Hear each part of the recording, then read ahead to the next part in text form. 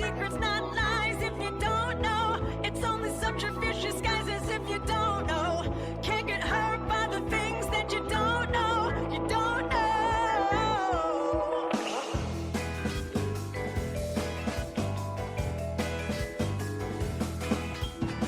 I spot your punch, shook your knees, and stole your heart away.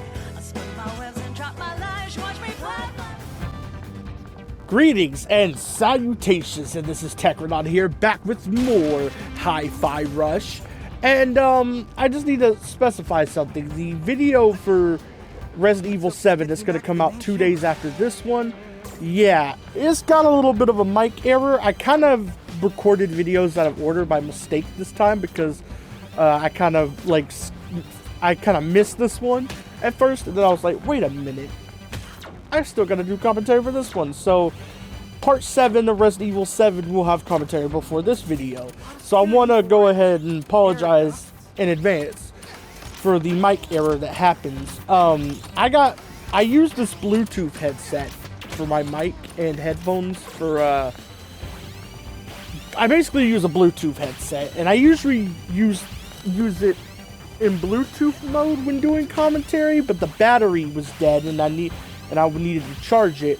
So in the part 7 of Resident Evil 7, I had to use it with the cord plugged into the controller. But what I didn't notice is that partway through the video, the cord came a little bit out of the controller because I love the DualSense. Don't get me wrong; it's probably the most comfortable controller I've ever used.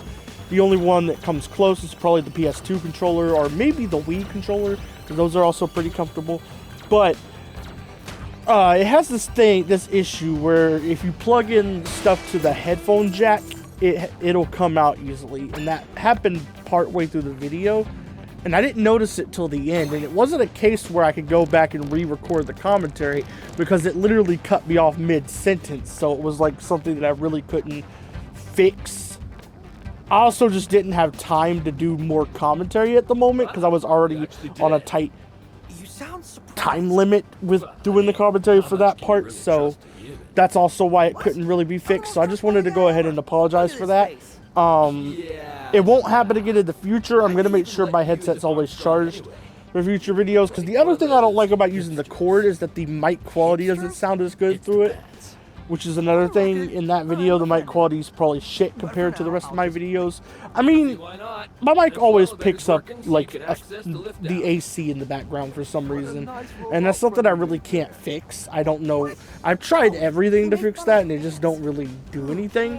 The only thing I could do would be to, like, upload the video to YouTube, download it privately, and then, no, the only thing I can really do about that is to record my commentary on my phone while I'm watching the video, upload the video to YouTube privately, download it, edit my commentary through BandLab, and then slap it onto the video on my phone, and then upload it to YouTube. But then I would have a power director, watermark in the middle of every video, or not in the middle, in the corner of every video, and I don't want that. So that's why I'm not doing it that way. That way also is like, I don't like downloading videos to YouTube because it's a hassle to do. You have to, like, the reason why I don't like downloading videos from YouTube is because you have to go into your browser. It's actually really hard to do on your phone. If you were on a computer, it'd be different. On your phone, you have to go in your browser, go to YouTube, sign into your account if you're not already signed in already. Change to desktop mode. Go to your channel. Go to, like, there should be an option to, like, view your videos and edit them and stuff. On the channel, I think it's next to customize channel. You gotta click on that, and then you have to download the video from there. And it doesn't sound hard.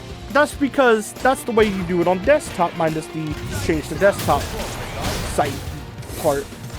That's the way you do it on desktop, which is easy on the desktop. I've done it on there before. It's pretty easy because back in my early YouTube days, I actually had a laptop to do that I could do that from.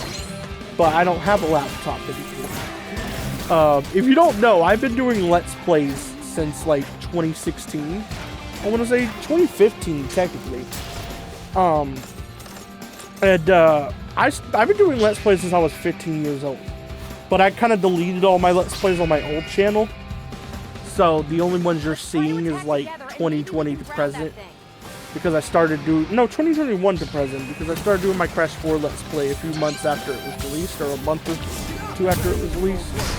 And that's where I really started back on the Let's Play grind. If you don't know my history with that, and I am talking about this over this part of the game, because we're at a moment where there's not really much plot going on, we're kind of just fighting stuff, so I feel like I'm free to like ramble right now.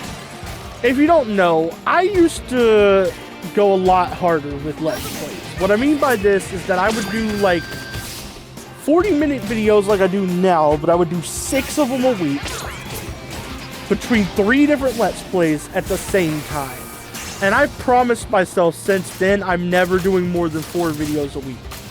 Never more than 4, never more than 2 Let's Plays at a time.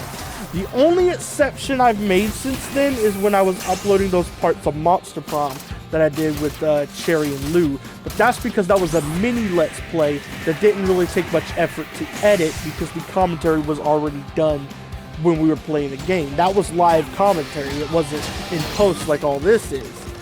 But that's the only reason I put it up, because it was easier to edit and it was with friends. It was with my friend Lou and my sister Cherry. It was fun.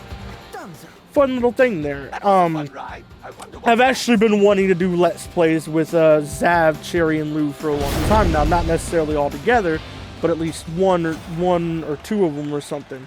So, even though that's not exactly the way I wanted to do it, at least I have a Let's Play with them now. It's just a mini little 4-part Let's Play. It's probably my second mini Let's Play I've ever done. The other one was Resident Evil 3. So yeah. But if you don't know, I basically... The other thing too is I was in high school for most of the time I was doing Let's Plays on my old channel. So that was like the second reason that like... It basically got to a point where it was stressing me out so much that I quit doing Let's Plays. But for most of the time I had that channel, I was doing like 5 videos a week minimum. While I had to juggle high school at the same time. And then after I was out of high school, I was like, you know what, I got more free time now. I still got stuff to do throughout the day and all that, but like less of my time's taken up, because high school took a lot of my time. If you don't know, I had basically 9 hours of my day taken away by high school, and then like sometimes I'd have to do homework. I'd also have to get up at 5 in the morning, so like I had to either go to sleep really early or take a nap after high school, which the latter, my parents wouldn't let me do for some reason, even though it probably would have been better in hindsight, because if I took a nap after, like, school, I would have gotten more sleep. I was very sleep deprived during high school because I had to get up at 5 a.m. all 4 years. So that was definitely added to, like, the stress and stuff. But even after I was out of high school and had a little more free time, I did something stupid. I started doing 6 videos a week, 40 long videos, because before that I was doing like half-hour videos like I did for most of this channel up until now, up until this volume. I'm talking over a cutscene, I'll shut up. Sup, fellow Vandalay employees? Catching the lift? Yep. Security T, just as always. Defect. Stop him! Nah, this is the guy that fixed the security system, man. Idiot! That's the defect!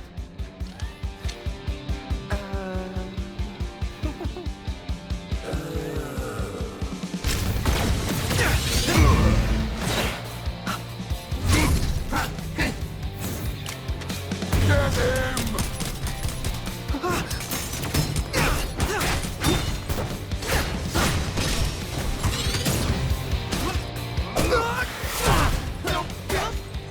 Sorry!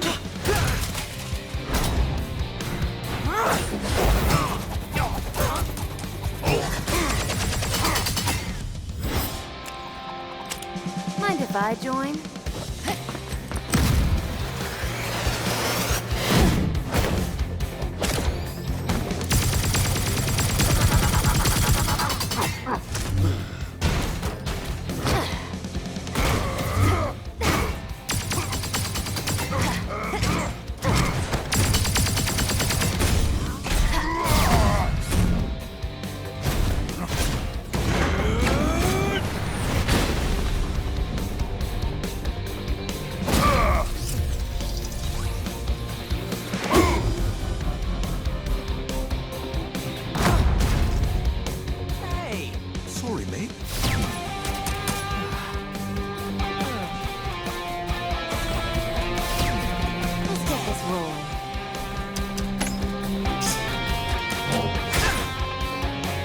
out now. Hold them off. Next up, Corsica's wing.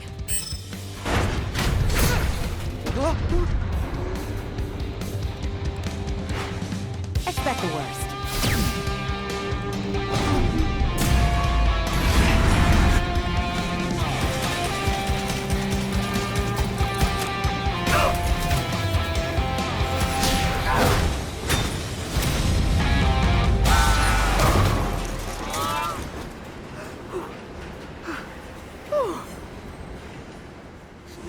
That was an epic cutscene. This game's cutscene game is like on point. Love it. Love the cutscenes in this game. But back to the topic that I was talking about, because I want to get this topic over with so I can focus more on the game. Because there is like some stuff coming up that I want to talk about relating to the game. But basically, I started doing 6 videos a week. Extended my video lengths from a half hour to like 45 minutes. And I started doing 3 Let's Plays at a time instead of 2. And I did that for a year. And then like basically that burned me out, but I didn't even stop there. I did slow down a bit after that, but I didn't stop doing Let's Plays yet, because at the time I was like, okay, I'm just getting burned out because I'm doing so much at a time, so maybe if I slow down, it'll be easier. But like, it didn't get easier, but at the same time the burnout stayed because of what I had done to myself for like a whole year almost. So basically I stopped doing Let's Plays out of burnout. Then I took like a year, like not year, I took like an 8-month long break from Let's Plays. Then Crash 4 came out and I was like, this game is so good, I have to Let's Play it. But I still held off for like a couple months because I was like, yeah, I don't know about this. That's why my Crash 4 run was my second run of the game. Or my Crash 4 Let's Play was basically my second run of the game, with the only like blind part of the Let's Play being the final, what do you call it? World stage, whatever, like the last 3 levels and the final boss. That was the only part I played blind in my Let's Play, because I had already played the whole game up to that point beforehand, and I was saving the final area for the Let's Play to show like my genuine like first run of it. But the thing with that is, eventually I caved in and I was like, yeah, I gotta Let's Play this. There's still a part of that Let's Play missing too, and I've been contemplating like going back and trying to like re-record those 2 levels, because I'm missing like 2 levels worth of footage from that Let's Play. The original part 15 of the Let's Play, because part 15 of that Let's Play was supposed to be part 16, not 15. And I may go back and record that someday, but the only reason I haven't is because the commentary wouldn't be in sync with the rest of the Let's Play and it might feel out of place. So I'm trying to like think of how to fix that exactly. I don't know. But the other thing is too, Crash 4 is basically what dragged me back into Let's Plays. I loved the game so much that I had to Let's Play it, and then I went from there. But at first, I kind of did a smart thing with this. At first, I was like, I'm just going to upload Let's Plays, record them whenever I want to. I'm not going to be on a schedule, just do it whenever I want to. And I kind of did that for the entirety of Run On Games Volume 1. I just did Let's Plays when I wanted to. Crash 4 was a very slow upload. I think it took me like 4 months to get all 16 parts out. Maybe 5 months. Not 16, all 15 parts out.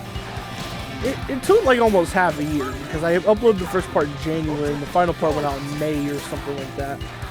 And it wasn't like a case of like, because if I had uploaded those weekly, it would have already taken 3 months, but it took me like 4 or 5 because I was uploading them whenever I felt like recording Let's Plays.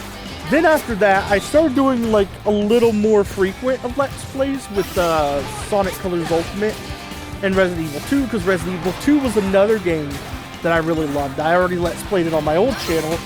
Fun fact, I have Let's Played Resident Evil 2 3 times now. I did it once on my old channel, then I did a first run on my current channel, then I did a second run on my current channel and deleted the original. And so, because I wasn't proud of the original didn't really show my skill in the game. And since it's my favorite RE game, I kind of wanted like a better representation of Let's Play, one where I tried harder, I had better commentary. I did both scenarios instead of just the A scenario. Like, I needed like a better Let's Play of it out. So I did it.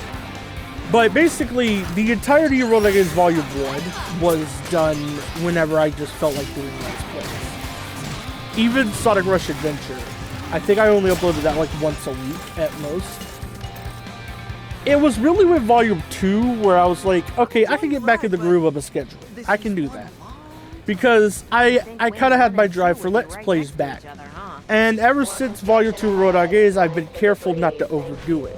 I don't do more than 4 videos a week. Ever. I never do more than 4 videos a week.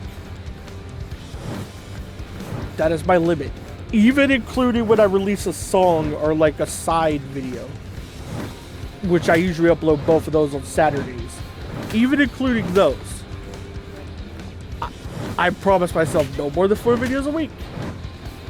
I do 3 videos now. Now I do 3 videos throughout the week. And I'll sometimes have content to upload on Saturday, whether it be a new song I released, or it be it'll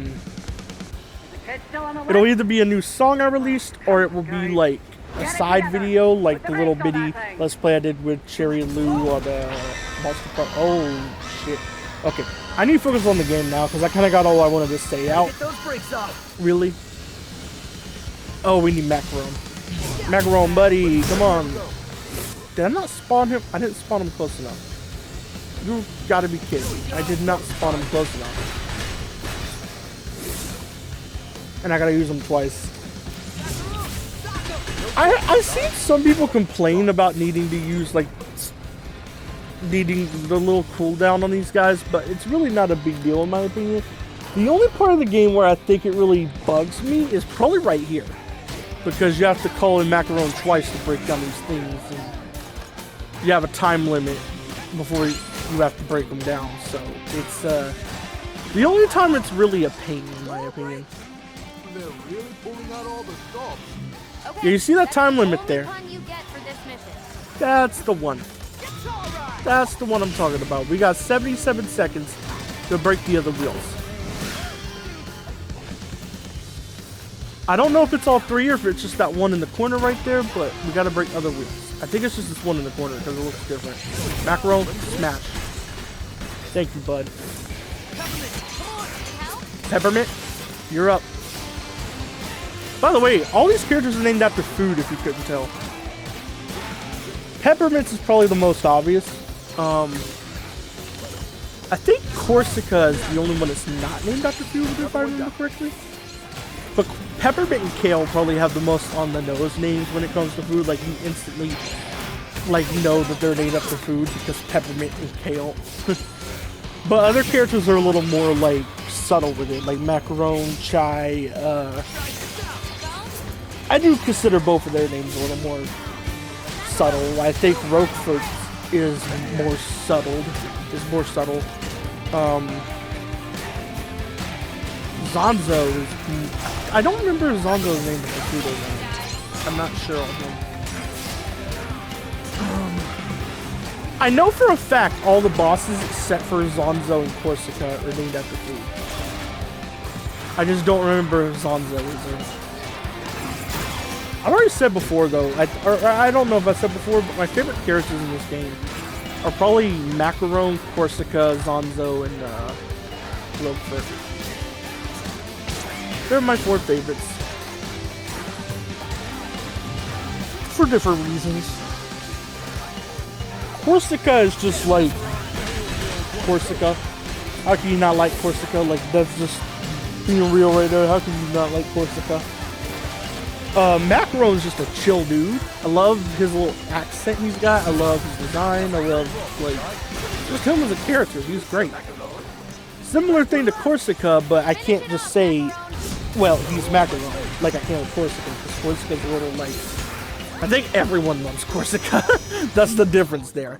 But I do love Macaron. He's probably my 2nd favorite of our hero group after Corsica. Spoiler alert. And then there's Roquefort and Zonzo, who I just love because, in my opinion, they have the most standout. They have the best personalities of the bosses we're gonna go up against. Because let's be real here, Rekka isn't much of a character. She's basically just a wrestling parody, kind of. Which isn't a bad thing. She works for the way she is. I just don't care for. I really don't care for Rekka that much. She's kind of like the most bland of the bosses, in my opinion. Not boss design wise. Okay, kind of boss design wise too, but I'm more so mean character wise. And then we have Kale, who is a pretty good antagonist. The only thing I don't like about Kale is that I know that Roger Craig Smith could have done a little better on it, and I feel like the direction they gave him was a little too, like, little too unintelligent sounding. Because he says some things that should sound intelligent, but then he doesn't sound intelligent saying it, which is really weird. And I have heard Roger Craig Smith do some intelligent voices before, so I know he can do it. So I don't blame him. I kind of blame direction on that one.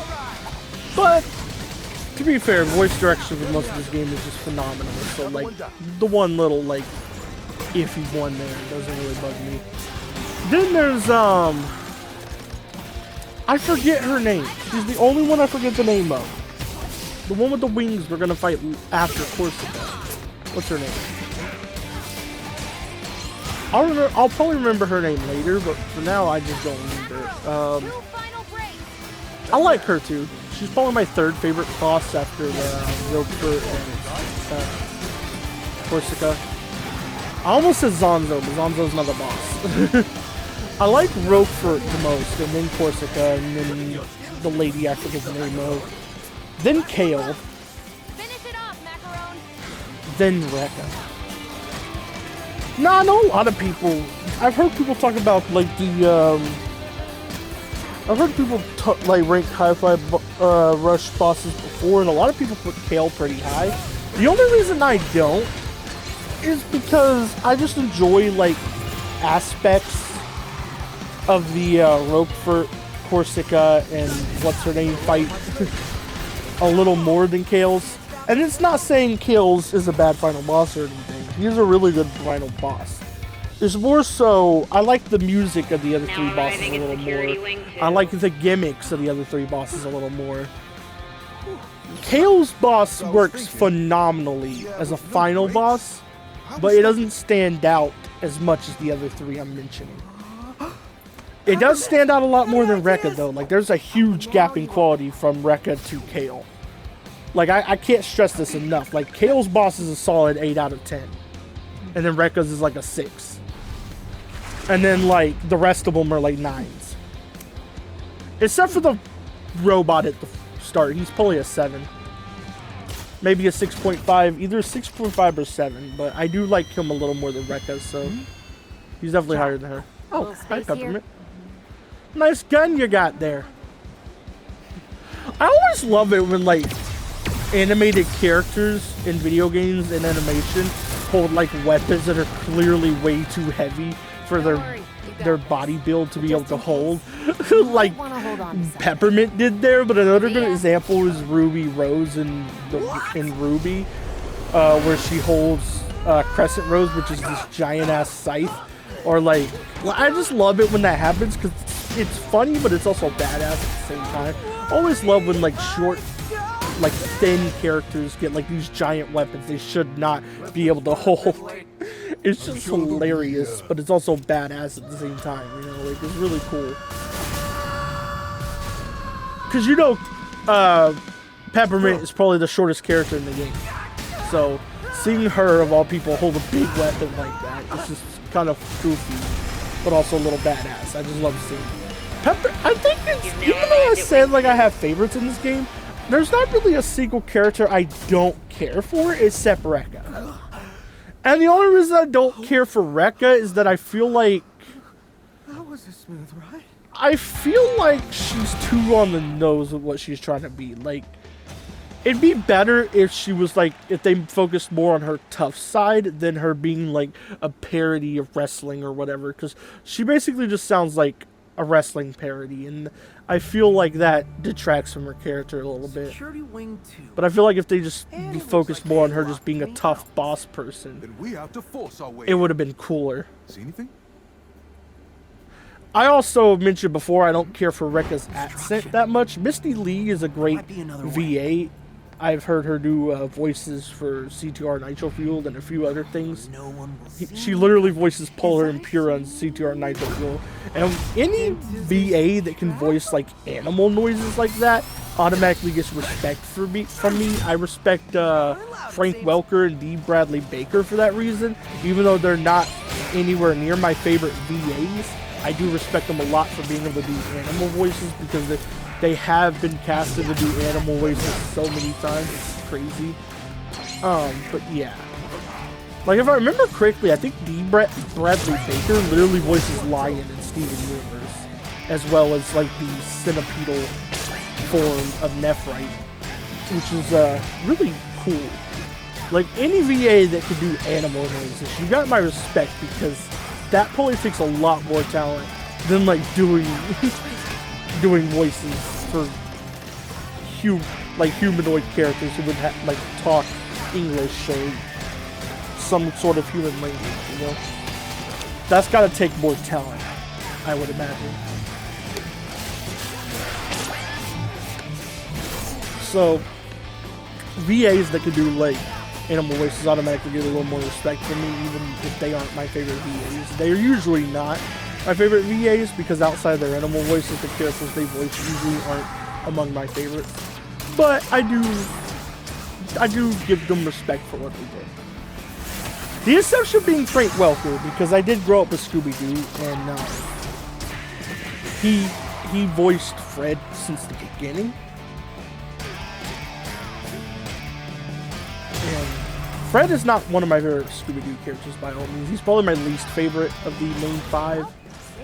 I don't really pay attention to Scooby-Doo stuff that much anymore. I'll like listen to like videos about Scooby-Doo stuff, but I won't really watch it myself, you know. Kind of feel like I've outgrown it a little bit. The only time I watched it in recent times was that crossover with Courage the Cowardly Dog, and that was mainly for Courage the Cowardly Dog because I adored that show growing up.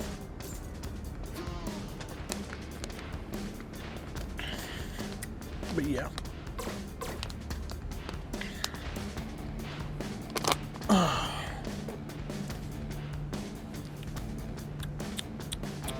It's a similar thing to SpongeBob. Like, I'm not a SpongeBob fan anymore. I like there's a couple things I enjoyed from SpongeBob in recent times, but it's mainly relating to nostalgia, or it's something that feels a little less childish. Like, I like the SpongeBob musical, but that's because it feels a little less childish than the show does. I also got to try SpongeBob Battle for Bikini Bottom Rehydrated, but that was nostalgia. So like, the only times I really mess with like series like that I don't still follow to this day, What's more important than catching because either I feel like I've outgrown them, like they're a little too childish for me, or No way like, to know for now. Keep moving. and I'm not. There's only very few series that I would consider too childish for me these days, because I still watch cartoons. I still watch cartoons to this day, but I just don't watch like certain ones that don't feel as like.